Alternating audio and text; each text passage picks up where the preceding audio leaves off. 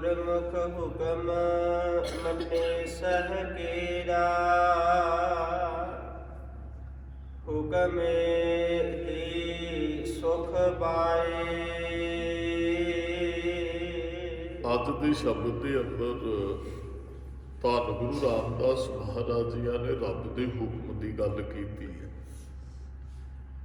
ਜਿਹੜਾ ਗੁਰਮੁਖ ਹੈ ਨਾ, ਉਹ ਸਦਾ ਹੀ ਹੁਕਮ 'ਚ ਚੱਲਦਾ ਹੈ। ਗੁਰਮੁਖ ਹੁਕਮ ਮੰਨੇ ਸ਼ਹਿ ਕੇਰਾ, ਉਸ ਪਰਮਾਤਮਾ ਦਾ ਜੀਵ ਆਤਮਾ ਨੇ ਪਤੀ ਪਰਮਾਤਮਾ ਦੇ ਹੁਕਮ 'ਚ ਚੱਲਣਾ ਹੈ ਤੇ ਹੁਕਮੇ ਹੀ ਸੁਖ ਪਾਏ। ਹੁਕਮ 'ਚ ਚੱਲਣ ਵਾਲਾ ਹੀ ਸੁਖ ਪ੍ਰਾਪਤ ਕਰ ਸਕਦਾ ਹੈ। ਹੁਕਮ ਰਜਾਈ ਜੋ ਚੱਲੈ ਸੋ ਪਵੈ ਖਜ਼ਾਨਾ ਹੈ। ਜਿਹੜਾ ਉਹਦੀ ਰਜ਼ਾ 'ਚ ਹੁਕਮ ਚੱਲੇ, ਹੁਕਮ 'ਚ ਚੱਲੇਗਾ, ਸੁਖ ਵੀ ਉਹਨੂੰ ਮਿਲਣਾ ਹੈ। ਗੁਰਮੁਖ ਹੋਏ ਕਹਿੰਦੇ ਰੱਬ ਦਾ ਹੁਕਮ ਇੱਕ ਹੈ, ਗੁਰੂ ਸਾਹਿਬ ਦਾ ਹੁਕਮ ਸਾਡੇ ਵਾਸਤੇ। ਜੇ ਗੁਰੂ ਗ੍ਰੰਥ ਸਾਹਿਬ ਦੇ ਅੰਦਰੋਂ ਆਪਾਂ ਹੁਕਮ ਦੀ ਵਿਚਾਰ ਕਰੀਏ ਤੇ ਮਹਾਰਾਜ ਕਹਿੰਦੇ ਸਭ ਕੁਝ ਉਹਦੇ ਹੁਕਮ ਅੰਦਰ ਹੈ। ਹੁਕਮੈ ਅੰਦਰ ਸਭ ਕੋ ਬਾਹਰ ਹੁਕਮ ਨਾ ਕੋਏ। ਹੁਕਮ ਤੋਂ ਬਾਗੀ ਆਕੀ ਕੋਈ ਵੀ ਨਹੀਂ ਹੈ। ਸਾਰਾ ਸੰਸਾਰ ਹੀ ਉਹਦੇ ਹੁਕਮ 'ਚ ਚੱਲਦਾ। ਜਪਜੀ ਸਾਹਿਬ 'ਚ ਮਹਾਰਾਜ ਨੇ ਕਿਹਾ ਹੁਕਮੀ ਹੋਵਣ ਆਕਾਰ। ਜਿੰਨੇ ਸਰੀਰ ਨੇ ਉਹਦੇ ਹੁਕਮ 'ਚ ਪੈਦਾ ਹੋਏ ਹੈ।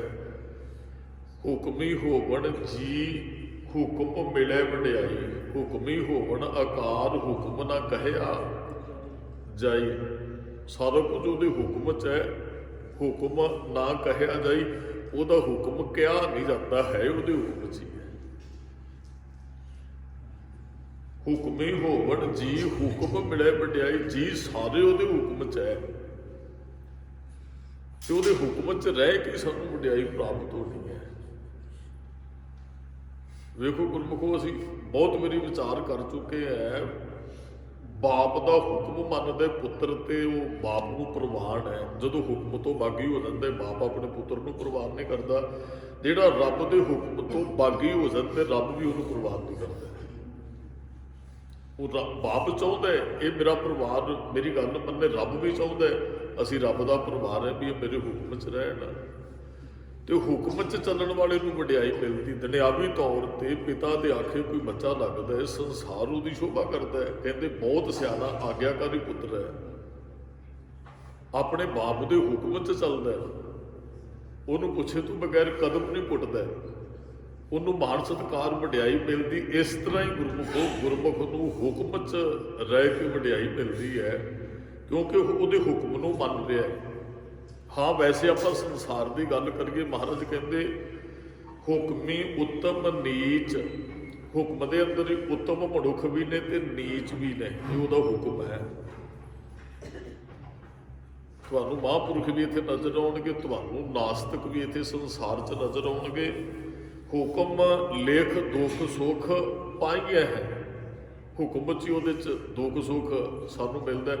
ਜਿਹੜਾ ਦੁੱਖ ਸੁੱਖ ਇਕੱਲਾ ਇਹ ਨਹੀਂ ਹੈ ਵੀ ਰੱਬ ਨੇ ਇੱਕ ਵਾਰੀ ਹੁਕਮ ਕਰ ਦਿੱਤਾ ਵੀ ਇਹਨੂੰ ਦੁਖੀ ਰੱਖਣਾ, ਇਹਨੂੰ ਸੁਖੀ ਰੱਖਣਾ। ਹਾਂ, ਰੱਬ ਨੇ ਬਹੁਤ ਕੁਝ ਸਾਡੇ ਹੱਥ ਵੀ ਰੱਖਿਆ।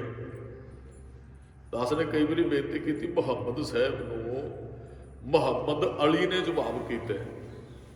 ਉਹ ਸਵਾਲ ਕੀਤਾ, ਕਹਿੰਦਾ ਜੀ ਅਸੀਂ ਰੱਬ ਦੇ ਹੁਕਮ 'ਚ ਹੈ। ਮੁਹੰਮਦ ਸਾਹਿਬ ਕਹਿੰਦੇ ਬਿਲਕੁਲ। ਮੁਹੰਮਦ ਅਲੀ ਕਹਿੰਦੇ ਵੀ ਫਿਰ ਸਾਨੂੰ ਸਮਝਾਓ ਕਿਸੇ ਤਰੀਕੇ ਨਾਲ ਵੀ ਸਭ ਕੁਝ ਉਹਦੇ ਹੁਕਮ 'ਚ ਹੀ ਹੈ। ਮੁਹੰਮਦ ਸਾਹਿਬ ਕਹਿੰਦੇ ਹਾਂ। ਕਹਿੰਦਾ ਜੀ ਸਾਡੇ ਬਸ। ਕਹਿੰਦਾ ਜੀ ਹੈ। ਮੁਹੰਮਦ ਸਾਹਿਬ ਜੀ ਕਹਿੰਦੇ ਹੈ। ਉਹਨਾਂ ਫਿਰ ਇੱਕ ਪੈਰ, ਕਹਿੰਦੇ ਜੀ ਇੱਕ ਪੈਰ ਚੁੱਕੋ। ਉਹਨਾਂ ਨੇ ਚੁੱਕ ਲਿਆ। ਕਹਿੰਦੇ ਦੂਸਰਾ, ਉਹ ਦੂਸਰਾ ਥੱਲੇ ਰੱਖ ਕੇ ਜਦੋਂ ਦੂਸਰਾ ਚੁੱਕਿਆ, ਕਹਿੰਦੇ ਨਹੀਂ ਦੋਵੇਂ ਹੀ। ਕਹਿੰਦਾ ਜੀ ਨਹੀਂ ਚੁੱਕ ਸਕਦੇ। ਕਹਿੰਦਾ ਇੰਨਾ ਕੁ ਸਾਡੇ ਹੱਥ ਹੈ, ਇੰਨਾ ਕੁ ਰੱਬ ਦੇ। ਭਾਵ ਕਿ ਰੱਬ ਨੇ ਸਾਨੂੰ ਹੁਕਮ 'ਚ ਪੈਦਾ ਕੀਤੇ, ਬਾਕੀ ਸਾਡੇ ਕਰਮਾਂ ਤੇ ਸਭ ਕੁਝ ਖੜਾ ਹੈ। ਅਸੀਂ ਜਿਹੋ ਜਿਹੇ ਕਰਮ ਕਰਦੇ ਉਹੋ ਜਿਹਾ ਫਿਰ ਦੁੱਖ ਸੁੱਖ ਮਿਲਦਾ। ਦੁੱਖ ਸੁੱਖ ਜੀਵਨ 'ਚ ਰਹਿਣਾ ਹੈ। ਪਰ ਜੇ ਕੋਈ ਕਰਮ ਚੰਗੇ ਕਰ ਲੈਂਦੇ, ਉਹ ਸੁੱਖ ਮਾਣ ਲੈਂਦੇ। ਜੇ ਕੋਈ ਹੁਕਮ ਤੋਂ ਬਾਗੀ ਆਕੀ ਹੋ ਕੇ ਆਪ ਉਧਰਾ ਜੀਵਨ ਜਿਉਂਦਾ, ਫਿਰ ਉਹਨੂੰ ਮੁਸ਼ਕਿਲਾਂ ਦਾ ਸਾਹਮਣਾ ਕਰਨਾ ਪੈਂਦਾ ਹੈ। ਮਹਾਰਾਜ ਕਹਿੰਦੇ ਉਹਦੇ ਹੁਕਮ 'ਚ ਉੱਤਮ ਨੀਚ, ਕਈ ਨੀਚ ਉੱਤਮ ਬਣ ਜਾਂਦੇ ਨੇ, ਕਈ ਉੱਤਮ ਤੋਂ ਵੀ ਨੀਚ ਹੋ ਜਾਂਦੇ ਆ। ਸੰਸਾਰ 'ਚ ਵਿਚਰਦਿਆਂ ਵੇਖਦੇ ਲੋਕ ਜਿਨ੍ਹਾਂ ਨੂੰ ਉੱਤਮ ਸਮਝਦੇ ਸਾਨੂੰ ਆਖਦੇ ਨੀਚ ਨਿਕਲੇ, ਜਿਹੜੇ ਲੋਕਾਂ ਦੀਆਂ ਨਜ਼ਰਾਂ 'ਚ ਉੱਤਮ ਸਨ। ਤੇ ਕਈ ਨੀਚ ਰੱਬ ਨੂੰ ਜਪ ਕੇ ਉਹ ਰੱਬ ਦਾ ਰੂਪ ਹੋ ਜਾਂਦੇ ਆ ਸੰਸਾਰ ਦੇ ਅੰਦਰ। ਸਭ ਕੁਝ ਉਹਦੇ ਹੁਕਮ 'ਚ ਹੈ, ਪਰ ਜਿਹੜਾ ਦੁੱਖ ਸੁੱਖ ਹੈ ਨਾ, ਆਉਣ ਵਾਲਾ ਜੀਵਨ ਉਹ ਸਾਡੇ ਕਰਮਾਂ ਤੇ ਡਿਪੈਂਡ ਕਰਦਾ ਹੈ ਵੀ ਸਾਡੇ ਕਰਮ ਕਿਹੋ ਜਿਹੇ ਹੈ। ਮਹਾਰਾਜ ਨੇ ਕਿਹਾ ਨਾ, ਚੰਗਿਆਈਆਂ ਬੁਰਿਆਈਆਂ ਵਾਚੇ ਧਰਮਾਂ ਦੂਰੇ ਦਾ। ਚੰਗਿਆਈ ਬੁਰਿਆਈ ਅਸੀਂ ਆਪਣੀ ਮਰਜ਼ੀ ਨਾਲ ਉਹ ਨਹੀਂ ਵੇਖਣਾ, ਅਸੀਂ ਕੀ ਕਰਨਾ, ਚੰਗਾ ਕਰਨਾ ਹੈ ਕਿ ਮਾੜਾ। ਹਾਂ ਵੈਸੇ ਉਹਦੇ ਹੁਕਮ 'ਚ ਸਭ ਕੁਝ ਹੋ ਰਿਹਾ, ਪਰ ਹਾਂ ਇੰਨੀ ਕੁ ਬੁੱਧੀ ਸਾਨੂੰ ਦਿੱਤੀ ਵੀ ਅਸੀਂ ਕਿਹੋ ਜਿਹਾ ਜੀਵਨ ਜਿਉਣਾ ਹੈ। ਉੱਤਮ ਬਣ ਕੇ ਜਾਂ ਨੀਚ ਬਣ ਕੇ ਹੁਕਮੇ ਅੰਦਰ ਸਭ ਕੋ ਬਾਹਰ ਹੁਕਮ ਨਾ ਕੋਈ ਹੈ, ਸਭ ਕੁਝ ਉਹਦੇ ਹੁਕਮ 'ਚ ਹੈ, ਬਾਹਰ ਉਹਦੇ ਹੁਕਮ 'ਚੋਂ ਕੁਝ ਵੀ ਨਹੀਂ ਹੈ। ਨਾਨਕ ਹੁਕਮ ਹੈ ਜੇ ਬੁੱਝੇ, ਜਿਹੜਾ ਹੁਕਮ ਨੂੰ ਬੁੱਝ ਲੈਂਦਾ ਤਾਂ ਹਉਮੈ ਕਹੇ ਨਾ ਕੋਈ। ਫਿਰ ਹਉਮੈ ਵਾਲੀ ਗੱਲ ਨਹੀਂ, ਉਹ ਕਹਿੰਦੇ ਜੋ ਕੁਝ ਹੋ ਰਿਹਾ ਉਹਦੇ ਹੁਕਮ 'ਚ ਹੋ ਰਿਹਾ, ਫਿਰ ਹਉਮੈ ਮੈਂ ਤੇ ਕੁਝ ਵੀ ਨਹੀਂ ਹੈ। ਅਸਲ ਦੇ ਅੰਦਰ ਨਾ ਅਸੀਂ ਕੁਝ ਕਰ ਹੀ ਨਹੀਂ ਸਕਦੇ, ਅਸੀਂ ਹੈ ਹੀ ਨਹੀਂ ਹੈ। ਜਿਹੜਾ ਹੁਕਮ ਨੂੰ ਸਮਝ ਲੈਂਦਾ ਉਹ ਇਹ ਗੱਲ ਕਹਿੰਦਾ। ਹੁਕਮ ਦੇ ਅੰਦਰ ਸਭ ਕੁਝ, ਹੁਕਮ ਤੋਂ ਬਾਅਦ ਕੁਝ ਵੀ ਨਹੀਂ ਹੈ। ਤੇ ਮਹਾਰਾਜ ਕਹਿੰਦੇ ਫਿਰ ਅਸੀਂ ਵੀ ਨਹੀਂ ਹੈ, ਮੈਂ ਕੁਝ ਨਹੀਂ ਕਰ ਸਕਦਾ। ਜੋ ਕੁਝ ਹੋ ਰਿਹਾ, ਆ ਸਾਡੀ ਵਾਰ 'ਚ ਭਾਈ ਸਾਹਿਬ ਜੀ ਹੁਣੇ ਪੜ੍ਹ ਕੇ ਗਏ ਆ, ਮਨੁੱਖ ਹੋ ਸਕਦਾ ਹੁਕਮ ਤੋਂ ਬਾਗੀ ਹੋਵੇ, ਨਹੀਂ ਤੇ ਸਾਰਾ ਕੁਝ ਉਹਦੇ ਹੁਕਮ 'ਚ ਹੈ। ਚੰਦ ਸੂਰਜ ਹਵਾ ਪਾਣੀ ਧਰਤੀ, ਜੋ ਕੁਝ ਸਤਿਗੁਰੂ ਕਹਿੰਦੇ ਉਹਦੇ ਹੁਕਮ 'ਚ ਹੈ। ਉਹਦੇ ਭੈ ਕਹਿ ਲਓ, ਡਰ ਕਹਿ ਲਓ, ਹੁਕਮ ਕਹਿ ਲਓ। ਇਹਦਾ ਗੱਲ ਅਸਲ ਦੇ ਵਿੱਚ ਡਰ ਵੀ ਉਹਦਾ ਹੁੰਦਾ ਹੈ ਜਿਹਦੇ ਹੁਕਮ 'ਚ ਅਸੀਂ ਚੱਲ ਰਹੇ ਹੁੰਦੇ ਹਾਂ। ਬਾਪ ਦਾ ਡਰ ਹੈ, ਡਰ ਕਰਕੇ ਵੀ ਹੁਕਮ ਮੰਨਣਾ ਪੈਂਦਾ ਹੈ, ਮੰਨਣਾ ਚਾਹੀਦਾ ਸਾਨੂੰ। ਇਸ ਤਰ੍ਹਾਂ ਰੱਬ ਦੇ ਹੁਕਮ 'ਚ ਰਹਿਣਾ ਚਾਹੀਦਾ। ਮਹਾਰਾਜ ਕਹਿੰਦੇ ਸਾਰੇ ਰਹਿੰਦੇ ਹੈ ਭੈ ਵਿੱਚ ਪਵਨ ਵਹਿ ਸਾਧਵਾਓ।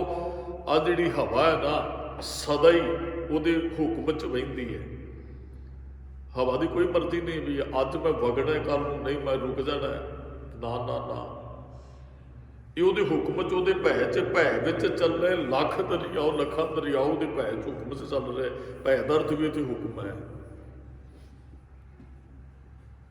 ਹੁਣ ਦਰਿਆ ਉਹਨੇ ਧਰਤੀ ਨੂੰ ਪਾਣੀ 'ਚ ਬੰਨ੍ਹ ਕੇ ਰੱਖਿਆ, ਪਾਣੀ ਨੂੰ ਧਰਤੀ 'ਚ ਬੰਨ੍ਹ ਕੇ ਰੱਖਿਆ, ਉਹਦਾ ਹੁਕਮ ਹੈ ਭੈ ਵਿੱਚ ਅਗਨ ਕੱਢੇ ਵਿਗਾਰ ਕੱਢਦੀ ਹੈ। ਭਾਵ ਕਿ ਬਿਨਾਂ ਕਿਸੇ ਲਾਲਚ ਤੋਂ ਅੱਗ। ਭੈ ਵਿੱਚ ਧਰਤੀ ਦੱਬੀ ਭਾਰ, ਭੈ ਵਿੱਚ ਇੰਦ ਫਿਰੈ ਸਿਰ ਭਾਰ। ਇੰਦਰ ਵੀ ਉਹਦੇ ਹੁਕਮ ਦੇ ਅੰਦਰ, ਡਰ ਦੇ ਅੰਦਰ ਹੈ। ਭੈ ਵਿੱਚ ਸੂਰਜ, ਭੈ ਵਿੱਚ ਚੰਦ, ਕੋਹ ਕਰੋੜੀ ਚਲਤ ਨਾ ਅੰਤ। ਚੰਦ ਸੂਰਜ ਉਹਦੇ ਭੈ 'ਚ ਹੁਕਮ 'ਚ ਹੈ, ਡਰ 'ਚ ਹੈ। ਕਰੋੜਾਂ ਕੋਹ ਦਾ ਰਸਤਾ ਤੈਅ ਕਰਦੇ ਆ। ਅਸਲ ਦੇ ਅੰਦਰ ਧਰਤੀ ਨਹੀਂ ਘੁੰਮਦੀ ਹੈ, ਉਹ ਧਰਤੀ ਘੁੰਮਦੀ ਹੈ। ਸੂਰਜ ਚੰਦਰਮਾ ਉਹ ਉੱਥੇ ਆਪਣੇ ਟਿਕਾਣੇ ਤੇ ਜਾਗਦੇ ਆ। ਸੂਰਜ ਦਿਨੇ ਰੌਸ਼ਨੀ ਕਰਦਾ, ਚੰਦਰਮਾ ਚਾਨਣੀ ਕਰਦਾ। ਇਹਨਾਂ ਦੀ ਮਰਜ਼ੀ ਕੋਈ ਨਹੀਂ ਵੀ ਅਸੀਂ ਚੜ੍ਹਨਾ, ਉਹ ਵੱਖਰੀ ਗੱਲ ਹੈ। ਸੂਰਜ ਦੇ ਸਾਹਮਣੇ ਬੱਦਲ ਆ ਗਿਆ, ਕੁਝ ਸਮੇਂ ਬਾਅਦ ਉਹ ਸੂਰਜ ਚੜ੍ਹਿਆ ਹੋਇਆ।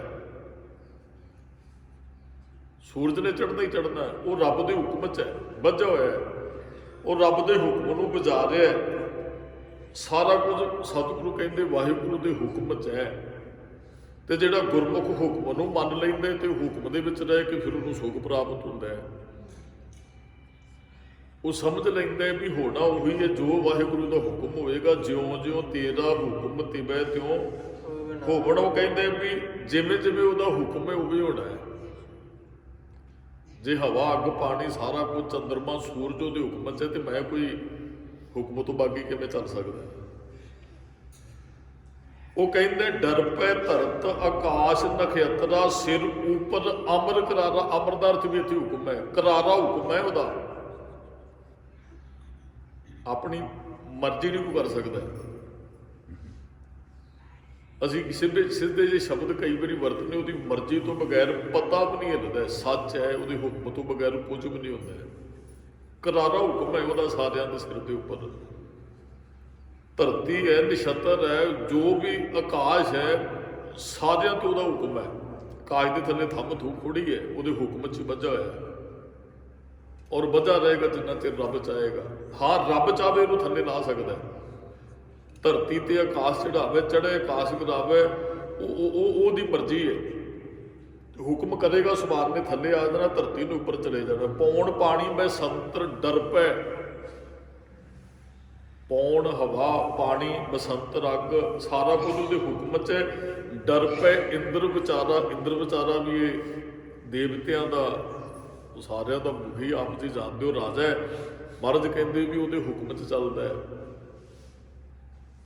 ਸਾਰਾ ਕੁਝ, ਉਹਦੇ ਹੁਕਮ 'ਚ, ਉਹਦੀ ਰਜਾ 'ਚ। ਦੇਹ ਧਾਰ ਅਰ ਦੇਵਾ ਡਰ ਪਏ, ਜਿੰਨੇ ਦੇਹ ਧਾਰੀ ਸਰੀਰ ਨੇ ਨਾ, ਜਾਂ ਦੇਵਤੇ ਜਿੰਨੇ ਵੀ, ਮਹਾਰਾਜ ਕਹਿੰਦੇ ਵੀ ਡਰਦੇ ਆ, ਕਿਉਂਕਿ ਕਰਾਰਾ ਹੁਕਮ ਹੈ। ਸਿੱਧ ਸਾਧਕ ਡਰ ਮੋਇਆ, ਜਿੰਨੇ ਵੀ ਸਿੱਧ ਸਾਧਕ ਬੰਦਗੀ ਕਰਨ ਵਾਲੇ ਰੱਬ ਦੇ ਡਰ 'ਚ ਹੈ, ਰੱਬ ਦੇ ਭੈ 'ਚ ਹੈ। ਇਹਨਾਂ ਦੀ ਕੋਈ ਮਰਜ਼ੀ ਨਹੀਂ। 1,84 ਮਰ ਜਨਮੈ, ਆ 84 ਲੱਖ ਜੋਨੀਆਂ ਦੇ ਜੀਵ ਮਰ ਕੇ ਜਨਮਦੇ, ਉਹਦਾ ਹੁਕਮ ਹੀ ਹੈ। ਹੁਕਮ ਦੇ ਅੰਦਰ ਜੀਵ ਆਉਂਦੇ, ਹੁਕਮ 'ਚ ਚਲਾ ਜਾਂਦਾ। ਹੁਕਮ ਰਜਾ ਭਾਣਾ, ਇਹਦਾ ਅਰਥ ਕੀ ਹੈ? ਮਹਾਰਾਜ ਗੁਰੂ ਅਮਰਦਾਸ ਜੀ ਨਿਤਨੇਮ ਦੀ ਬਾਣੀ 'ਚ ਕਹਿੰਦੇ, ਜਾ ਕੇ ਸੁਭਾਣਾ ਤਾਂ ਜੰਮਿਆ। 84 ਲੱਖ ਜੁਨੀਆਂ ਜਿਹੜੀਆਂ ਪੈਦਾ ਹੋਈਆਂ ਨੇ, ਉਹਦੇ ਹੁਕਮ 'ਚ ਹੀ ਹੋਈਆਂ। ਅੰਡਜ ਜੇਰਜ ਸੇਤ 'ਚ ਤੇ ਉਤ ਭੋਜੇ, ਚਾਰ ਖਾਣੀਆਂ, ਚਾਰ ਖਾਣੀਆਂ ਦੇ ਰਾਹੀਂ ਜਿਹੜੇ ਜੀਵ ਆ ਰਹੇ ਨੇ, ਉਹਦੇ ਹੁਕਮ 'ਚ ਆ ਰਹੇ। 1,84 ਜਿਹੜੀ ਜੋਨ ਹੈ, ਇਹ ਉਹਦਾ ਹੁਕਮ ਹੈ। ਜੰਮਣ ਮਰਨਾ ਹੁਕਮ ਹੈ, ਭਾਣੇ ਆਵੇ ਜਾਏ, ਭਾਣੇ 'ਚ ਜੀਵ ਆਉਂਦਾ ਹੈ। ਉਹਦੀ ਰਜਾ 'ਚ ਹੀ ਹੈ ਸਾਰਾ ਕੁਝ। ਤੇ ਮਹਾਰਾਜ ਕਹਿੰਦੇ ਹੈ, ਨਾ ਸਾਡਾ ਆਉਣਾ ਮਰਜ਼ੀ ਸੀ, ਨਾ ਸਾਡਾ ਜਾਣਾ ਸਾਡੀ ਮਰਜ਼ੀ ਦਾ ਹੋਏਗਾ। ਇਹ ਵਾਹਿਗੁਰੂ ਦਾ ਹੁਕਮ ਹੈ। ਜੈਸੀ ਆਗਿਆ ਕੀਨੀ ਠਾਕੁਰ ਤਿਸ ਤੇ ਮੁਖ ਨੇ ਮੋਰਿਓ, ਜਿਹੋ ਜੀ ਠਾਕੁਰ ਨੇ ਆਗਿਆ ਕੀਤੀ, ਅਸੀਂ ਮੂੰਹ ਨਹੀਂ ਮੋੜ ਸਕਦੇ ਹਾਂ। ਜੇ ਉਹਨੇ ਸੱਦ ਲਿਆ, ਸਾਨੂੰ ਜਾਣਾ ਹੀ ਪੈਣਾ ਹੈ, ਕਿਉਂਕਿ ਉਹਦਾ ਹੁਕਮ ਹੈ, ਮੰਨਣਾ ਹੀ ਪੈਣਾ ਹੈ। ਜਿਹਨੂੰ ਉਹਨੇ ਭੇਜਿਆ, ਉਹਨੇ ਰਹਿਣਾ ਹੀ ਹੈ ਸੰਸਾਰ ਤੋਂ, ਆਪਣੀ ਮਰਜ਼ੀ ਨਾਲ ਜਾ ਨਹੀਂ ਸਕਦਾ, ਕਿਉਂਕਿ ਉਹਦਾ ਹੁਕਮ ਹੈ। 1,84 ਮਰ ਜਨਮੈ, ਫਿਰ ਜੋਨੀ ਆਇਆ। ਕਹਿੰਦੇ ਫਿਰ ਉਹ ਜੋਨੀਆਂ ਦੇ ਵਿੱਚ ਜੋਇਆ, ਫਿਰ ਜੋਨੀਆਂ 'ਚ ਆਉਂਦਾ ਹੈ। ਹੁਕਮ ਤੋਂ ਬਾਗੀ ਫਿਰ ਜੰਮਦਾ ਮਰਦਾ। ਜਿਹੜਾ ਹੁਕਮ ਮੰਨ ਲੈਂਦੇ, ਉਹਦੀ ਪ੍ਰਵਾਨ, ਹੁਕਮ ਮੰਨੇ ਹੋਵੇ ਪ੍ਰਵਾਨ। ਅੱਗੇ ਆਪਾਂ ਬਚਨ ਪੜ੍ਹੇ ਹੀ ਹੈ, ਤਾਂ ਖਸਮੈ ਕਾ ਮਹਿਲ ਪਾਏ ਸੀ, ਤਾਂ ਖਸਮ ਦਾ ਮਹਿਲ ਮਿਲੇਗਾ ਜੇ ਹੁਕਮ ਮੰਨੇਗਾ। ਇੱਥੇ ਮਹਾਰਾਜ ਕਹਿੰਦੇ, ਹੁਕਮ ਮੰਨੇ ਸਹਿ ਘੇਰਾ ਰੱਬ ਦਾ। ਜੀਵ ਆਤਮਾ ਹੁਕਮ ਮੰਨੇ ਤੇ ਇਹਨੂੰ ਸੁਖ ਪ੍ਰਾਪਤ ਹੋਏਗਾ। ਹੁਕਮ ਤੋਂ ਜਿਹੜੇ ਲਾਂਭੇ ਹੋ ਜਾਂਦੇ ਨੇ, ਉਹਨਾਂ ਨੂੰ ਮਾਣ ਸਤਿਕਾਰ ਵੀ ਨਹੀਂ ਮਿਲਦਾ, ਤੇ ਉਹ ਪ੍ਰਵਾਨ ਵੀ ਨਹੀਂ ਹੁੰਦੇ ਹੈ। ਦਾਸ ਨੇ ਪਹਿਲਾਂ ਹੀ ਬੇਨਤੀ ਕੀਤੀ ਹੈ, ਜਿਹੜਾ ਆਪ ਉਧਰਾ ਜੀਵਨ ਜਿਉਂਦਾ ਹੈ, ਮਾਂ ਪਿਓ ਦੇ ਕਹਿਣੇ ਤੋਂ ਬਾਗੀ ਹੈ, ਫਿਰ ਉਹਨੂੰ ਬੇਦਖਲ ਕਰਦੇ ਹੈ। ਇੱਥੇ ਮਹਾਰਾਜ ਕਹਿੰਦੇ, ਹੁਕਮ ਮੰਨੇ ਤਾਂ ਹੀ ਇਹਨੂੰ ਸੁਖ ਪ੍ਰਾਪਤ ਹੋ ਸਕਦਾ। ਜਿਹੜਾ ਗੁਰਮੁਖ, ਉਹ ਸਦਾ ਹੁਕਮ 'ਚ ਰਹਿੰਦਾ ਹੈ। ਹੁਕਮ ਸੇਵੇ ਹੁਕਮ ਆਰਾਧੇ, ਰੱਬ ਦਾ ਹੁਕਮ ਮੰਨ ਕੇ ਰੱਬ ਨੂੰ ਸੇਵਦਾ, ਰੱਬ ਨੂੰ ਆਰਾਧਦਾ। ਹੁਕਮ 'ਚ ਹੀ ਸੇਵਨ ਦਾ ਅਰਥ ਵੀ ਉਹਨੂੰ ਜਪਣਾ ਹੈ, ਤੇ ਆਰਾਧਨ ਦਾ ਅਰਥ ਵੀ ਉਹਨੂੰ ਆਰਾਧਨਾ ਹੈ। ਵੀ ਜਪਣਾ, ਉਹਨੂੰ ਜਪਦਾ, ਰੱਬ ਦੇ ਹੁਕਮ 'ਚ ਹੀ ਮਨੁੱਖ ਰੱਬ ਨੂੰ ਜਪਦਾ ਹੈ ਜੀ। ਜੋ ਹੁਕਮ 'ਚ ਰਹਿ ਕੇ ਉਹ ਸੇਵਾ ਕਰਦਾ ਹੈ। ਚਲੋ ਇੱਕ ਹੈਗਾ ਰੱਬ ਦਾ ਹੁਕਮ ਵੀ ਅਸੀਂ ਚੱਲ ਰਹੇ ਹਾਂ, ਜਿਵੇਂ ਅਸੀਂ ਚੱਲਣਾ ਹੈ, ਉਹ ਪ੍ਰਮਾਤਮਾ ਸਾਨੂੰ ਚਲਾ ਰਿਹਾ, ਅਸੀਂ ਚੱਲ ਰਹੇ ਹਾਂ। ਇੱਕ ਹੈਗਾ ਸਾਡੇ ਵਾਸਤੇ ਗੁਰੂ ਸਾਹਿਬ ਦਾ ਹੁਕਮ। ਹੁਣ ਗੁਰੂ ਸਾਹਿਬ ਦਾ ਹੁਕਮ ਕੀ ਹੈ? ਅੰਮ੍ਰਿਤ ਵੇਲੇ ਉੱਠਣਾ। ਆਪ ਜੀ ਗੁਰੂ ਸਾਹਿਬ ਦੇ ਹੁਕਮ ਨੂੰ ਮੰਨ ਕੇ ਆਪ ਜੀ ਆ ਰਹੇ ਹੋ। ਗੁਰੂ ਘਰ ਦੇ ਅੰਦਰ ਹੁਕਮ ਨੂੰ ਮੰਨਣ ਵਾਲੇ ਹੀ ਆਉਂਦੇ। ਗੁਰੂ ਸਾਹਿਬ ਦਾ ਹੁਕਮ ਹੈ ਸਾਡੇ ਵਾਸਤੇ। ਇੱਕ ਤੇ ਹੈਗਾ ਰੱਬ ਦੇ ਹੁਕਮ 'ਚ ਸਾਰੇ ਜੀਵ ਪੈਦਾ ਹੁੰਦੇ ਹੈ, ਜਾਂਦੇ ਹੈ, ਚੰਦ ਸੂਰਜ, ਧਰਤੀ, ਚੰਦਰਮਾ, ਸਾਰਾ ਕੁਝ ਉਹਦੇ ਹੁਕਮ 'ਚ। ਇੱਕ ਹੈਗਾ ਸਾਡੇ ਵਾਸਤੇ ਗੁਰੂ ਸਾਹਿਬ ਦਾ ਹੁਕਮ। ਸਿੱਖ ਹੁਣ ਗੁਰੂ ਸਾਹਿਬ ਦੇ ਹੁਕਮ ਨੂੰ ਫੋਲੋ ਕਰਦਾ ਹੈ ਵੀ ਗੁਰੂ ਸਾਹਿਬ ਕੀ ਕਹਿੰਦੇ। ਗੁਰੂ ਦਾ ਹੁਕਮ ਮੰਨੇਗਾ, ਫਿਰ ਰੱਬ ਦੇ ਹੁਕਮ 'ਚ ਆਏਗਾ। ਉਹਦੇ ਹੁਕਮ 'ਚ ਹੋ ਰਿਹਾ, ਇਹ ਸਮਝ ਕੇ ਗੁਰੂ ਰਾਹੀਂ ਸਾਨੂੰ ਪ੍ਰਾਪਤ ਹੋਏਗੀ ਨਾ। ਹੁਣ ਗੁਰੂ ਸਾਹਿਬ ਦਾ ਹੁਕਮ ਕੀ ਹੈ? ਗੁਰ ਸਿੱਖ ਰਹਿਤ ਸੁਣੋ ਮੇਰੇ ਮੀਤ। ਜਾਂ ਮਹਾਰਾਜ ਕਹਿੰਦੇ ਗੁਰਮੁਖ ਜਿਹੜਾ ਨਾ, ਉਹ ਸਦਾ ਹੀ ਰਹਿਤ 'ਚ ਰਹਿੰਦਾ ਹੈ। ਰਹਿਣੀ ਰਹਿ ਸੋਈ ਸਿੱਖ ਮੇਰਾ। ਮਹਾਰਾਜ ਕਹਿੰਦੇ ਹੁਣ ਗੁਰੂ ਸਾਹਿਬ ਦਾ ਹੁਕਮ ਸੁਣ ਕੀ ਹੈ ਸਿੱਖ ਵਾਸਤੇ। ਉੱਠ ਪ੍ਰਭਾਤ ਕਰੇ ਹਿੱਤ ਚੀਤ, ਹਿੱਤ ਚਿੱਤ ਲਾ ਕੇ ਪ੍ਰਭਾਤ ਕਰੇ, ਕੀ ਪ੍ਰਭਾਤ ਨੂੰ ਸੰਭਾਲਦਾ ਹੈ, ਇਸ਼ਨਾਨ ਕਰਦਾ ਹੈ। ਗੁਰੂ ਸਾਹਿਬ ਦਾ ਹੁਕਮ ਹੈ ਨਾ ਵੀ ਅੰਮ੍ਰਿਤ ਵੇਲਾ ਸੱਚ ਨਾਉ ਵਡਿਆਈ ਵਿਚਾਰ, ਮਹਾਰਾਜ ਦਾ ਹੁਕਮ ਹੈ ਉੱਠ ਇਸ਼ਨਾਨ ਕਰੋ ਪ੍ਰਭਾਤੇ, ਇਹ ਗੁਰੂ ਸਾਹਿਬ ਦਾ ਹੁਕਮ ਹੈ। ਗੁਰੂ ਰਾਮਦਾਸ ਜੀ ਦੇ ਬਚਨ ਬਹੁਤ ਵਾਰੀ ਸਾਂਝੇ ਕੀਤੇ, ਚੜ੍ਹੇ ਦਿਵਸ ਗੁਰਬਾਣੀ ਗਾਵੇ, ਗੁਰੂ ਸਾਹਿਬ ਦਾ ਹੁਕਮ ਹੈ। ਸਿੱਖ ਨੇ ਗੁਰੂ ਸਾਹਿਬ ਦਾ ਹੁਕਮ ਮੰਨਣਾ, ਗੁਰੂ ਸਾਹਿਬ ਦੇ ਘਰ ਉਹ ਪ੍ਰਵਾਨ ਹੈ ਜਿਹੜਾ ਗੁਰੂ ਸਾਹਿਬ ਦਾ ਹੁਕਮ ਮੰਨਦਾ ਹੈ, ਤੇ ਗੁਰੂ ਸਾਹਿਬ ਦੇ ਘਰ ਪ੍ਰਵਾਨ ਹੋ ਕੇ ਫਿਰ ਅਸੀਂ ਰੱਬ ਦੇ ਘਰ ਵੀ ਪ੍ਰਵਾਨ ਹੋਣਾ ਹੈ। ਗੁਰੂ ਸਾਹਿਬ ਦੇ ਹੁਕਮ 'ਚ ਚੱਲਣ ਵਾਲਾ ਰੱਬ ਦੇ ਹੁਕਮ ਤੋਂ ਆਕੀ ਨਹੀਂ ਹੋ ਸਕਦਾ। ਜਿਹੜਾ ਗੁਰੂ ਸਾਹਿਬ ਦਾ ਹੁਕਮ ਮੰਨਦਾ ਫਿਰ ਵਾਹਿਗੁਰੂ ਪੁੰਨ ਮੰਤਰ ਹੈ ਜਾਪ, ਕਹਿੰਦੇ ਉੱਠ ਕੇ ਇਸ਼ਨਾਨ ਕਰ, ਗੁਰੂ ਸਾਹਿਬ ਦਾ ਹੁਕਮ ਫਿਰ ਮੰਤਰ ਦਾ ਜਾਪ ਕਰ, ਵਾਹਿਗੁਰੂ ਗੁਰ ਮੰਤਰ ਹੈ ਜਪ ਹੋਵੇ ਕੋਈ। ਸਿੱਖ ਫਿਰ ਮੰਤਰ ਵੀ ਜਪਦਾ ਹੈ, ਸਿੱਖ ਫਿਰ ਕਰ ਇਸ਼ਨਾਨ ਪੜੇ ਜਪ ਜਾਪ, ਇਹ ਗੁਰੂ ਸਾਹਿਬ ਦਾ ਹੁਕਮ ਹੈ। ਪਹਿਲਾਂ ਵਾਹਿਗੁਰੂ ਮੰਤਰ ਪੜ੍ਹਨਾ, ਫਿਰ ਜਪਜੀ ਸਾਹਿਬ ਦਾ ਪਾਠ, ਜਪ ਜਾਪ, ਉਹ ਜਪਜੀ ਸਾਹਿਬ ਤੇ ਫਿਰ ਜਾਪ ਸਾਹਿਬ ਪੜ੍ਹਦਾ।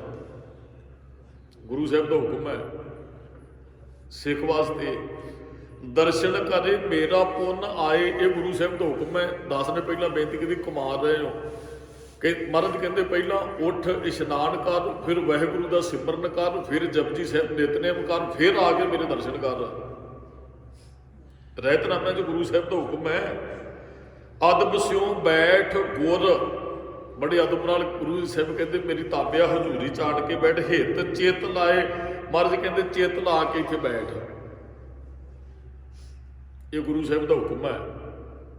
ਨਿਤ ਦੀ ਕਿਰਿਆ ਹੈ ਸਾਡੀ, ਜੋ ਗੁਰੂ ਕਹਿੰਦੇ ਅਸੀਂ ਕਰਨਾ ਹੈ। 3 ਪਹਿਰ ਜਬ ਬੀਤੇ ਜਾਣ, ਮਹਾਰਾਜ ਕਹਿੰਦੇ ਜੋ 3 ਪਹਿਰ ਦਿਨ ਲੰਘ ਜਾਂਦਾ ਹੈ, ਸਵੇਰੇ ਕਰਮ ਗੁਰੂ ਸਾਹਿਬ ਦਾ ਹੁਕਮ ਹੈ ਕਰਨਾ, ਇਸ਼ਨਾਨ ਕਰਨਾ, ਵਾਹਿਗੁਰੂ ਦਾ ਅਭਿਆਸ ਮੰਤਰ ਦਾ ਅਭਿਆਸ ਕਰਨਾ, ਫਿਰ ਨਿਤਨੇਮ ਕਰਨਾ, ਗੁਰੂ ਕੇ ਸਾਹਿਬ ਕੋਲ ਆਣ ਕੇ ਬੈਠਣਾ, ਦਰਸ਼ਨ ਕਰਕੇ ਜਾਣਾ, ਕਥਾ ਸੁਣਨੀ, ਕੀਰਤਨ ਸੁਣਨਾ। ਫਿਰ ਜਦੋਂ 3 ਪਹਿਰ ਦਿਨ ਲੰਘ ਜਾਂਦੇ, ਮਹਾਰਾਜ ਕਹਿੰਦਾ ਕਥਾ ਸੁਣੇ ਗੁਰ ਹਿੱਤ ਚਿੱਤ ਲਾਣ, ਉਹ ਕਥਾ ਸੂਰਜ ਪ੍ਰਕਾਸ਼ ਦੀ ਕਥਾ ਹੁੰਦੀ ਹੈ ਜੀ। ਇਹ ਸ਼ੁਰੂ ਤੋਂ ਗੁਰੂ ਨਾਨਕ ਸਾਹਿਬ ਜੀ ਤੋਂ ਲੈ ਕੇ ਬਾਦਲੇ ਗੁਰੂ ਸਾਹਿਬਾਨਾਂ ਨੇ ਸਵੇਰ ਦੇ ਦੀਵਾਨਾਂ ਦੇ ਵਿੱਚ ਲੜੀਵਾਰ ਕਥਾ ਹੁੰਦੀ ਸੀ, ਤੇ ਸ਼ਾਮ ਦੇ ਦੀਵਾਨਾਂ 'ਚ ਇਤਿਹਾਸ ਦ੍ਰਿੜ ਕਰਵਾਇਆ ਜਾਂਦਾ ਸੀ। 10ਵੇਂ ਪਾਤਸ਼ਾਹ ਜੀ ਆਪ ਸ਼ਾਮ ਦੇ ਦੀਵਾਨਾਂ 'ਚ ਪਹਿਲੇ ਗੁਰੂ ਸਾਹਿਬਾਨਾਂ ਦਾ ਇਤਿਹਾਸ ਸੰਗਤਾਂ ਨੂੰ ਸੁਣਾਉਂਦੇ ਸਨ। ਸਵੇਰ ਦੇ ਦੀਵਾਨਾਂ 'ਚ ਬਾਣੀ ਦੀ ਵਿਚਾਰ ਹੁੰਦੀ ਸੀ। ਮਹਾਰਾਜ ਕਹਿੰਦੇ ਸੰਧਿਆ ਸਮੇਂ ਸੁਣੇ ਰਹਿ ਰਾਸ, ਮਹਾਰਾਜ ਕਹਿੰਦੇ ਜਦੋਂ ਸੰਧਿਆ ਹੁੰਦੀ ਫਿਰ ਰਹਿ ਰਸ ਦਾ ਪਾਠ ਸੁਣਨਾ ਜਾਂ ਕਰਨਾ। ਹਾਂ ਜੇ ਕਰ ਸਕਦੇ ਚੰਗੀ ਗੱਲ ਹੈ, ਜੇ ਨਹੀਂ ਉਸ ਸਮੇਂ ਜਦੋਂ ਇਹ ਰਹਿਤਨਾਮੇ ਲਿਖੇ ਸਾਰੇ ਨਹੀਂ ਸੀ ਪੜ੍ਹੇ ਹੁੰਦੇ, ਸਾਰਿਆਂ ਨੇ ਸੰਥਿਆ ਨਹੀਂ ਸੀ ਲਈ ਹੁੰਦੀ। ਮਹਾਰਾਜ ਕਹਿੰਦੇ ਫਿਰ ਸੁਣ ਲਓ ਭਾਈ। ਆ ਪਿੰਡਾਂ 'ਚ ਗੁਰਦੁਆਰੇ ਬਣਾਉਣ ਦਾ ਮਤਲਬ ਇਹ ਹੀ ਹੈ। ਵੈਸੇ ਤਾਂ ਬਾਣੀ ਸਾਡੇ ਖੁਦ ਵਾਸਤੇ ਹੈ, ਬਾਣੀ ਕਿਸੇ ਨੂੰ ਸੁਣਾਉਣ ਦਾ ਵਿਸ਼ਾ ਨਹੀਂ ਹੈ, ਪੜ੍ਹ ਕੇ ਬਾਣੀ ਪੜ੍ਹਨ ਦਾ ਵਿਸ਼ਾ ਹੈ। ਹਾਂ ਜਿਹੜੇ ਨਹੀਂ ਪੜ੍ਹ ਸਕਦੇ ਫਿਰ ਉਹ ਨਿਤਨੇਮ ਪਿੰਡਾਂ 'ਚ ਸ਼ੁਰੂ ਹੋਏ ਵੀ ਇੱਕ ਗ੍ਰੰਥੀ ਸਿੰਘ ਇੱਕ ਧਰਮਸ਼ਾਲਾ 'ਚ ਨਿਤਨੇਮ ਕਰਿਆ ਕਰੇ, ਤੇ ਜਿਹਨੇ ਸੁਣਨਾ ਸਾਰਾ ਪਿੰਡ ਆ ਕੇ ਸੁਣਿਆ ਕਰੇ। ਗੁਰੂ ਘਰ ਧਰਮਸ਼ਾਲਾਵਾਂ ਇਸ ਕਰਕੇ ਗੁਰੂ ਗੋਬਿੰਦ ਸਿੰਘ ਸਾਹਿਬ ਜੀ ਦੇ ਸਮੇਂ ਬਹੁਤ ਪ੍ਰਚਾਰਕ ਮਹਾਰਾਜ ਭੇਜਦੇ ਸਨ ਧਰਮਸ਼ਾਲਾਵਾਂ ਦੇ ਅੰਦਰ, ਜਿੱਥੇ ਉਹ ਸੰਗਤਾਂ ਨੂੰ ਨਿਤਨੇਮ ਸੁਣਾਉਂਦੇ ਸਨ, ਅਰਥ ਵੀ ਦ੍ਰਿੜ ਕਰਵਾਉਂਦੇ ਸਨ ਸੰਗਤਾਂ ਨੂੰ। ਮਹਾਰਾਜ ਦੇ ਸਮੇਂ 'ਚੋਂ ਸਾਨੂੰ ਇਤਿਹਾਸ 'ਚੋਂ ਮਿਲਦਾ ਹੈ। ਹੁਣ ਮਾਫ ਕਰਨਾ, ਪਿੰਡਾਂ 'ਚ 4-4 ਗੁਰਦੁਆਰੇ ਨੇ, ਹਾਜ਼ਰੀ ਕੋਈ ਨਹੀਂ ਭਰਨ ਵਾਲਾ ਹੁੰਦਾ। ਗ੍ਰੰਥੀ ਸਿੰਘ ਇਕੱਲਾ ਹੀ ਪ੍ਰਕਾਸ਼ ਕਰਦਾ ਹੈ, ਇੱਕ ਹੱਥ ਗੁਰੂ ਗ੍ਰੰਥ ਸਾਹਿਬ ਦੇ ਸਰੂਪ ਨੂੰ ਪਾਇਆ ਹੁੰਦਾ ਹੈ, ਇੱਕ ਹੱਥ 'ਚ ਗ੍ਰੰਥੀ ਸਿੰਘ ਨੇ ਚੌਰ ਸਾਹਿਬ ਫੜਿਆ ਹੁੰਦਾ ਹੈ, ਤੇ ਉਹ ਗੋਲਕ ਖੋਲ੍ਹਣ ਵਾਸਤੇ ਤੇ ਉਹ 11 ਮੈਂਬਰੀ ਕਮੇਟੀ ਬਣੀ ਹੈ, ਪ੍ਰਕਾਸ਼ ਕਰਨ ਵਾਸਤੇ ਇੱਕ ਵੀ ਮੈਂਬਰ ਨਹੀਂ ਉੱਥੇ ਪਹੁੰਚਦਾ। ਸਾਰਾ ਪਿੰਡ ਨਿਤਨੇਮ ਸੁਣਦਾ ਸੀ ਆਣ ਕੇ, ਜਿਹੜਾ ਕਰ ਨਹੀਂ ਸੀ ਸਕਦਾ, ਜਿਹੜਾ ਪੜ੍ਹ ਨਹੀਂ ਸਕਦਾ ਬਾਣੀ ਉਹ ਆ ਕੇ ਸੁਣਦਾ ਸੀ। ਸਹਿਜ ਪਾਠ ਦਾ ਅਖੰਡ ਪਾਠ ਸਾਹਿਬ ਦੀ ਵੀ ਮਰਿਆਦਾ ਇਸ ਕਰਕੇ ਚੱਲੀ, ਜਿਹੜਾ ਨਹੀਂ ਜ਼ਿੰਦਗੀ ਸਹਿਜ ਪਾਠ ਕਰ ਸਕਦਾ ਉਹ ਸੁਣ ਲੈ ਇੱਕ ਸਹਿਜ ਪਾਠ ਘੱਟ ਤੋਂ ਘੱਟ। ਤੇ ਹੁਣ ਗੁਰਦੁਆਰਿਆਂ ਤੇ ਕਰੋੜਾਂ ਰੁਪਈਆ ਤੇ ਹਾਜ਼ਰੀ ਭਰਨ ਵਾਲਾ ਇੱਕ ਵੀ ਨਹੀਂ ਸਰੀਰ। ਕਈ ਵਾਰੀ ਕਥਾ ਵਾਸਤੇ ਪਿੰਡ ਸੱਦ ਲੈਂਦੇ, ਕੋਈ ਗੁਰਪੁਰਬ ਹੋਵੇ ਨਾ ਤੇ ਗ੍ਰੰਥੀ ਸਿੰਘ ਦਾ ਗਲਾ ਸੁੱਕ ਜਾਂਦਾ, ਆਵਾਜ਼ਾਂ ਦੇ ਦੇ ਕਿ ਘਰੋਂ ਉੱਠਦਾ ਹੀ ਨਹੀਂ, ਕਥਾ ਸੁਣਨ ਲਈ ਤਿਆਰ ਨਹੀਂ ਹੁੰਦਾ। ਉਹ ਤੇ ਵੱਡੇ ਵੱਡੇ ਭਾਗਾਂ ਵਾਲੇ ਜਿਹੜੇ ਰੋਜ਼ਾਨਾ ਕਥਾ 'ਚ ਹਾਜ਼ਰੀ ਭਰਦੇ ਆ। ਨਹੀਂ ਤੇ ਗੁਰਪੁਰਬਾਂ ਤੇ ਵੀ ਕਿਤੇ ਤੇ ਭਾਈ ਗੁਰਦਾਸ ਜੀ ਨੂੰ ਕਹਿਣਾ ਪਿਆ, ਫਿਰ ਜਿਹੜਾ ਗੁਰਪੁਰਬ ਤੇ ਹਾਜ਼ਰੀ ਭਰੇਗਾ ਉਹਦੇ ਵੱਡੇ ਭਾਗ ਹੋਣਗੇ, ਅਸੀਂ ਵੀ ਝੁਕਦੇ ਉਹਨਾਂ ਦੇ ਅੱਗੇ। ਜਿਹੜੇ ਗੁਰਪੁਰਬ ਬਣਾਉਂਦੇ, ਕੁਰਬਾਨੀ ਤਿੰਨਾ ਗੁਰ ਸਿੱਖਾਂ ਭਾਏ ਭਗਤ ਗੁਰਪੁਰਬ ਕਰਾਉਂਦੇ। ਮਹਾਰਾਜ ਕਹਿੰਦੇ ਕਥਾ ਕੀਰਤਨ ਕਥਾ ਸੁਣੇ ਹਰ ਜਾਸ, ਉਹ ਰਹਿਰਾਸ ਸਾਹਿਬ ਦਾ ਪਾਠ ਸੁਣੇ ਤੇ ਫਿਰ ਕਥਾ ਕੀਰਤਨ ਸੁਣੇ ਗੁਰਦੁਆਰੇ ਜਾ ਕੇ ਜਿੱਥੇ ਕਥਾ ਕੀਰਤਨ ਹੁੰਦਾ ਹੈ। ਇਨ ਮੈਂ ਨੇਮ ਜੋ ਏਕ ਕਰਾਏ, ਕਹਿੰਦੇ ਇਹਨਾਂ ਚੋਂ ਇੱਕ ਵੀ ਨੇਮ ਜਿਹੜਾ ਰੱਖਦਾ ਹੈ। ਇੱਕ ਦਾ ਮਤਲਬ ਇਹ ਨਹੀਂ ਹੈ ਵੀ ਹੁਣ ਸਵੇਰੇ ਇਸ਼ਨਾਨ ਕਰ ਲਿਆ ਤੇ ਇੱਕ ਨੇਮ ਹੋ ਗਿਆ ਜੀ, ਇਸ਼ਨਾਨ ਕਰ ਲਿਆ ਅਗਲਾ ਨਹੀਂ।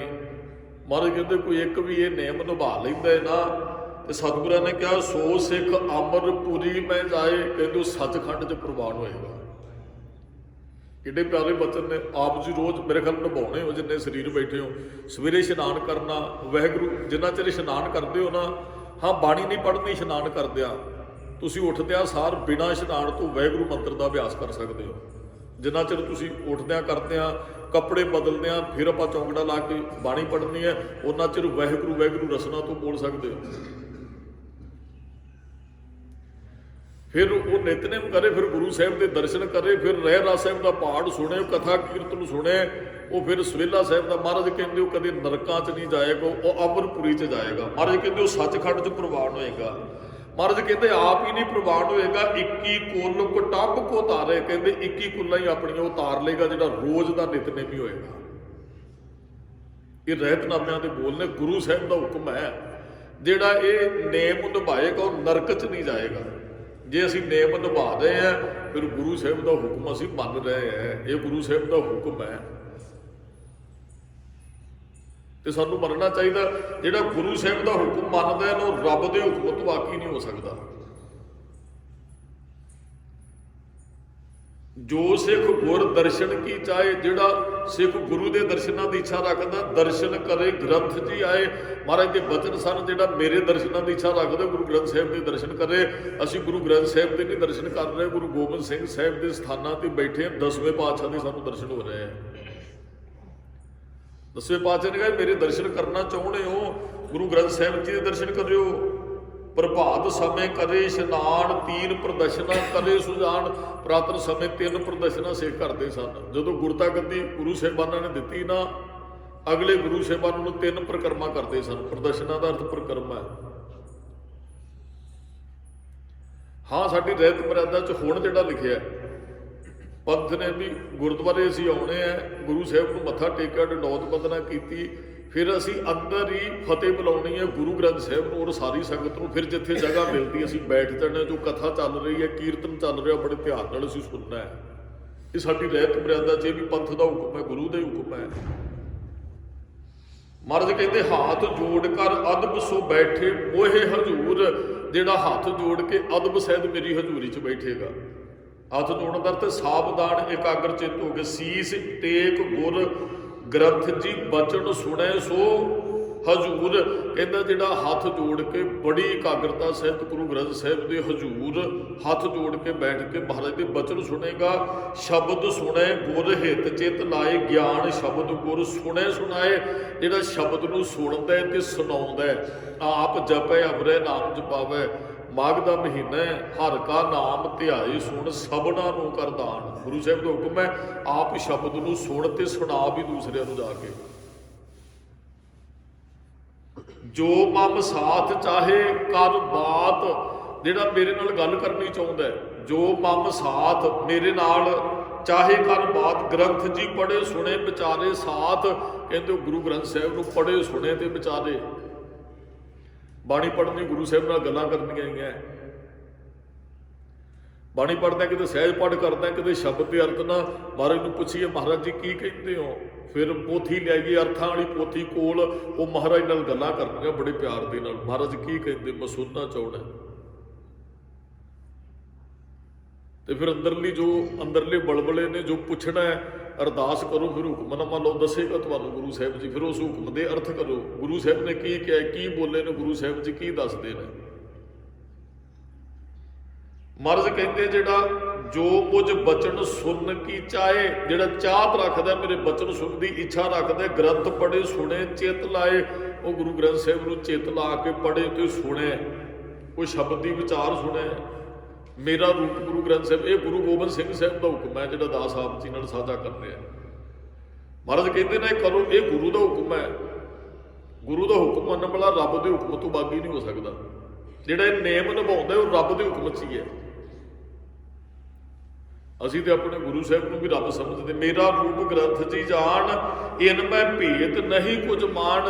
ਗੁਰੂ ਗੋਬਿੰਦ ਸਿੰਘ ਸਾਹਿਬ ਕਹਿੰਦੇ ਮੇਰਾ ਸਰੂਪ ਗੁਰੂ ਗ੍ਰੰਥ ਸਾਹਿਬ, ਇਹਦੇ 'ਚ ਭੇਦ ਨਾ ਸਮਝੀ ਵੀ ਗੁਰੂ ਗੋਬਿੰਦ ਸਿੰਘ ਸਾਹਿਬ ਕੁਝ ਹੋਰ ਹੈ ਤੇ ਗੁਰੂ ਗ੍ਰੰਥ ਸਾਹਿਬ ਜੀ ਕੁਝ ਹੋਰ ਨੇ, ਜਾਂ ਗੁਰੂ ਨਾਨਕ ਸਾਹਿਬ ਜੀ ਕੁਝ ਹੋਰ ਸਨ, ਗੁਰੂ ਗੋਬਿੰਦ ਸਿੰਘ ਸਾਹਿਬ ਜੀ ਕੁਝ ਹੋਰ ਨੇ, ਜਾਂ ਗੁਰੂ ਗ੍ਰੰਥ ਸਾਹਿਬ ਜੀ ਕੁਝ ਹੋਰ ਨੇ।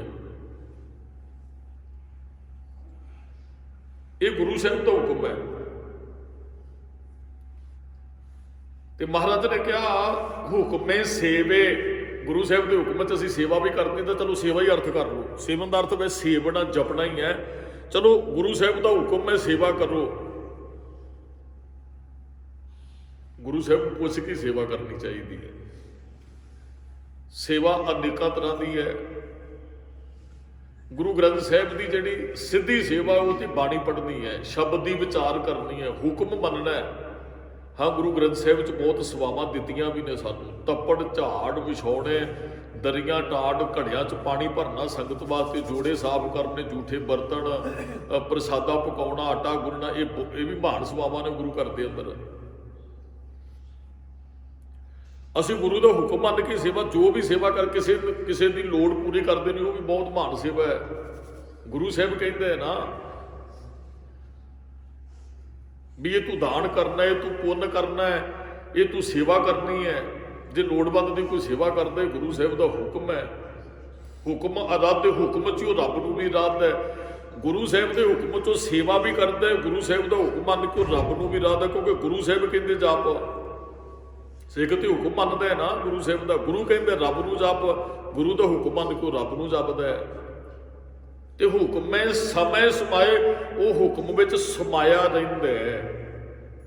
ਵੀ ਗੁਰੂ ਸਾਹਿਬ ਦਾ ਹੁਕਮ ਕੀ ਇਹ ਉਹਦੇ ਵਿੱਚ ਸਮਾਉਣਾ ਹੀ ਹੈ। ਦਾਸ ਨੇ ਕਈ ਵਾਰੀ ਬੇਨਤੀ ਕੀਤੀ, ਸੁਣਨਾ ਸਮਝਣਾ ਤੇ ਸਮਾ ਜਾਣਾ। ਕੀ ਸੁਣਿਆ ਉਹਨੂੰ ਸਮਝਿਆ, ਉਹਦੇ ਵਿੱਚ ਹੀ ਫਿਰ ਸਮਾ ਗਏ ਜੀ। ਸਮਾਉਣ ਦਾ ਅਰਥ ਉਹਨੂੰ ਕਮਾ ਲੈਣਾ ਜੋ ਸੁਣਿਆ ਸਮਝਿਆ।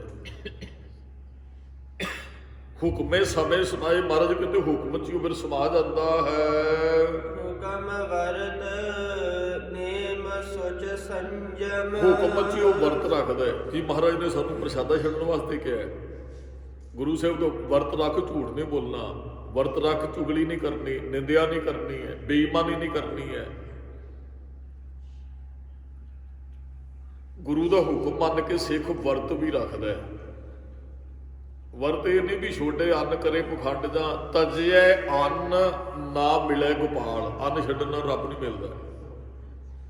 ਹੁਕਮ ਹੈ ਵਰਤ ਰੱਖ, ਝੂਠ ਨਹੀਂ ਬੋਲਣਾ। ਨੇਮ ਆਹੀ ਜਿਹੜਾ ਦਾਸ ਨੇ ਪਹਿਲਾਂ ਹੀ ਬੇਨਤੀ ਕੀਤੀ ਹੈ। ਸਵੇਰੇ ਉੱਠਣਾ, ਵਾਹਿਗੁਰੂ ਦਾ ਮੰਤਰ, ਇਸ਼ਨਾਨ, ਬਾਣੀ ਪੜ੍ਹਨੀ, ਗੁਰੂ ਸਾਹਿਬ ਕੋਲ ਆਉਣਾ, ਕਥਾ ਕੀਰਤਨ ਸੁਣਨੀ, ਰਹਿਰਾਸ ਸਾਹਿਬ ਦਾ ਪਾਠ, ਕੀਰਤਨ ਸੋਹਿਲਾ। ਮਰਦ ਕਹਿੰਦੇ ਇਹੀ ਤੇ ਸਿੱਖ ਦਾ ਨੇਮ ਹੈ। ਸੋਚ ਸੰਜਮ, ਫਿਰ ਉਹ ਸੋਚ ਸੰਜਮ ਇੰਦਰੀਆਂ ਨੂੰ ਉਹ ਕਾਬੂ ਰੱਖਦਾ ਹੈ। ਆ 5 ਕਕਾਰ ਮਹਾਰਾਜ ਨੇ ਸਾਨੂੰ ਦਿੱਤੇ ਹੈ। ਸੋਚ ਅੰਦਰੋਂ ਰੱਖਣੀ ਅਸੀਂ। ਇਹਦੇ ਤੇ ਵਿਚਾਰ ਆਪਾਂ ਮਾਘ ਦੇ ਮਹੀਨੇ ਦੀ ਵਿਚਾਰ 'ਚ ਕਰ ਚੁੱਕੇ ਹਾਂ।